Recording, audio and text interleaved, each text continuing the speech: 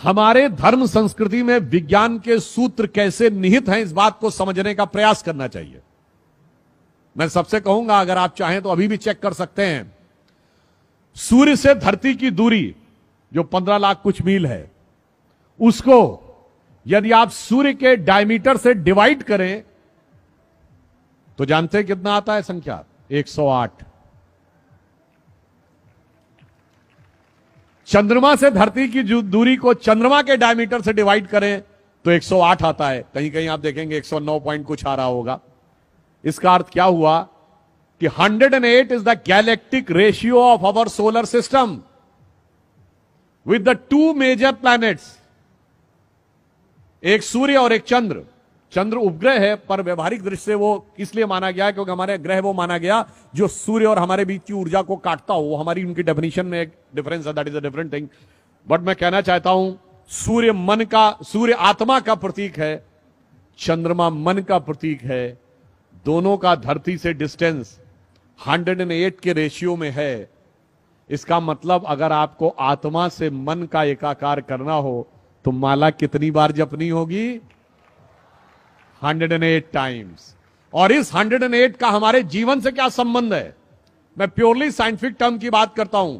जो अर्थ और धरती का डिस्टेंस है, जिसका रेशियो 108 डायमीटर ऑफ सन है, अगर ये थोड़ा सा 10% दूर चला जाए तो इस धरती पे टेम्परेचर इतना गिर जाएगा कि जीवन नहीं रह सकता।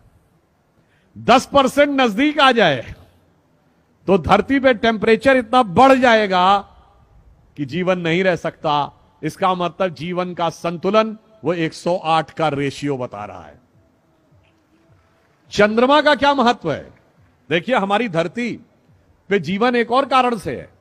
अगर हमारी धरती एक्सिस में स्ट्रेट होती और वो घूमती रहती तो सूर्य की सारी किरणें सेंटर पे पड़ती, इक्वेटर पे। तो इक्वेटर पे तो एक्सेसिव टेम्परेचर हो जाता और नॉर्थ और साउथ पोल पे एक्सेसिव नेगेटिव टेम्परेचर होता, तो भी जीवन नहीं पनप सकता था। परंतु ये 23.5 डिग्री पे झुकी हुई है, इसलिए आधे टाइम जाड़ा, आधे टाइम गर्मी, मौसम भी बदलता है और जीवन का चक्र भी चलता है। वो 23.5 डिग्री क्यों झुकी हुई है? Because of A ratio of the distance of चंद्रमा। उसकी वजह से वो 23 डिग्री पे टिल्ट है। चंद्रमा 10% दूर हो जाए तो ये 23.5 से सीधी हो जाएगी। फिर ऋतुएं नहीं बदलेंगी, मौसम नहीं बदलेगा, जीवन नहीं चलेगा। चंद्रमा थोड़ा 10% नजदीक हो जाए तो धरती और झुक जाएगी, फिर भी जीवन नहीं चलेगा। अर्थात हमारे धर्म का विज्ञान, आकाशीय विज्ञान, हमें यह बताता है कि जो जो संख्याएं भी हमारे यहां निर्धारित की गई हैं, वो किस गहराई के साथ, किस विज्ञान के विचार के साथ तय की गई हैं। इसीलिए मन और आत्मा का संयोग करने के लिए सहज स्वाभाविक रेशियो ये वही होना चाहिए जिसमें हमें जाप करने के लिए कहा जाता है। और इसीलिए कभी आप में से बहुतों ने ध्यान दिया हो कि साल में 12 ही महीने क्यों होते हैं? अगर एम्पेरिकल डिवीजन होता तो 10 महीने होने चाहिए थे ना। अगर आप जनरल किसी चीज को एक एम्पेरिकल ढंग से डिवाइड करते तो 10 महीने होने चाहिए थे, 12 क्यों होते हैं? क्योंकि हमारा सारा ज्ञान जो था वो आकाशीय गति के आधार पर था। और जिस दरमियान धरती सूर्य का एक चक्कर काटती है, उस समय में चंद्रमा धरती के 12 चक्कर काटता है। इसलिए 12 महीने एक साल में होते हैं। और जो हमारे मैथमेटिक्स के विद्यार्थी बैठे होंगे, मैं कहूंगा कि आप बड़े से बड़े मैथमेटिक्स के प्रोफेसर से पूछिएगा, सर्किल में 360 डिग्री क्यों होते हैं? 300 डिग्री होते समझ में आता, 100 डिग्री होते समझ में आता, 200 डिग्री होते समझ में आता। 360 डिग्री इसलिए होते हैं कि आकाशीय सर्किल जो एक धरती लेती है सूर्य के चारों तरफ, और उस प्रोसेस में 360 time it rotates on its axis, there are 360 degrees in a circle. तो ये मैंने सिर्फ इसलिए आपको बताया कि हमारी हर सोच अंतर से लेके बाहर तक किस प्रकार जुड़ी हुई है कि भगवान कृष्ण के विराट रूप से लेके सूक्ष्म रूप तक। अगर आप ये बताइए कि आप जब ध्यान लगाते हैं अपनी आंखों के सामने तो क्या दिखाई पड़ता है? Black colour. इसीलिए भगवान कृष्ण काले हैं, कृष्ण वर्ण हैं। वो हमारे मन की आध्यात्मिक चेतना की प्रगति का प्रतीक हैं। और जब आप ध्यान लगा के अंदर उतरते चले जाते हैं तो एक स्टेज के बाद आपको अद्भुत ज्ञान का प्रकाश अनुभव होने लगता है, जिसे हिंदी के प्रख्यात कवि बिहारी लाल जी ने एक पंक्ति में कहा है, या अनुरागी चित्त की गति समझे नहीं कोय, ज्यो ज्यो डूबे श्याम रंग त्यों त्यों उज्जवल होए। यानी जैसे जैसे आप भगवान कृष्ण की भक्ति में उतरते चले जाएंगे, उज्ज्वलता की अनुभूति आपको होती चली जाएगी।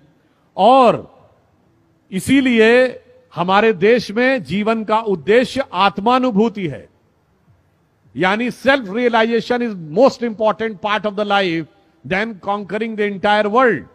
और इसीलिए भगवान कृष्ण का जीवन जानते हैं किसका प्रतिनिधित्व करता है?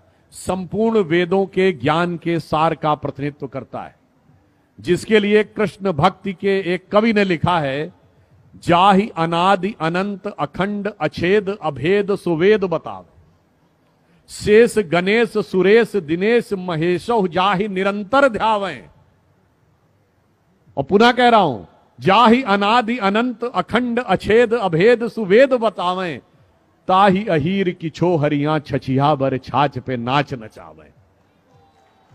और ये किसने लिखा है? सैयद इब्राहिम रसखान, भगवान कृष्ण के बहुत बड़े भक्त कवि, जो मुस्लिम थे, माना जाता जिनका जन्म काबुल में हुआ था, उनकी समाधि वृंदावन में है। वो आकर भक्ति में ऐसे लीन हो गए कि उन्होंने ये कहा, और उनकी एक बड़ी प्रख्यात कविता है, आप सबने सुनी होगी, कि वो कहते मेरा अगला जन्म हो तो मैं कृष्ण भक्ति में ही रहना चाहता हूं।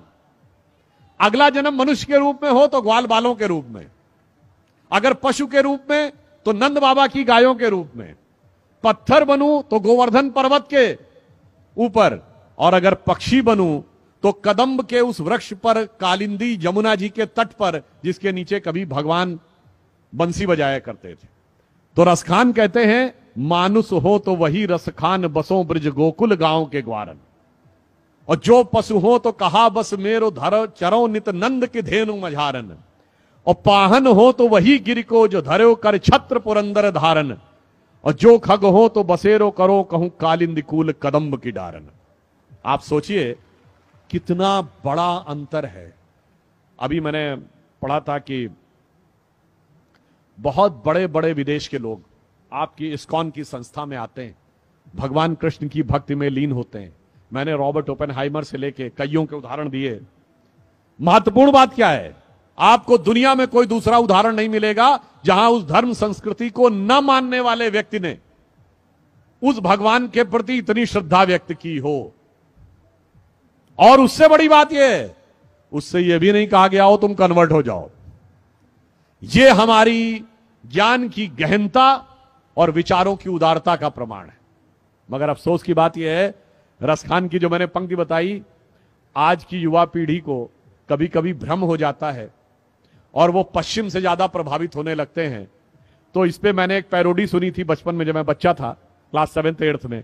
तो वो मुझे याद आता है कि शायद आज के लोग ये सोचने लगते हैं कि आज होते तो क्या सोचते, कहते मानुष हो तो वही कभी चोच बसू सिटी लंदन के किसी द्वारे, और जो पशु हो तो बनू बुलडाग चढ़ू नित कार पे पूछ निकारे।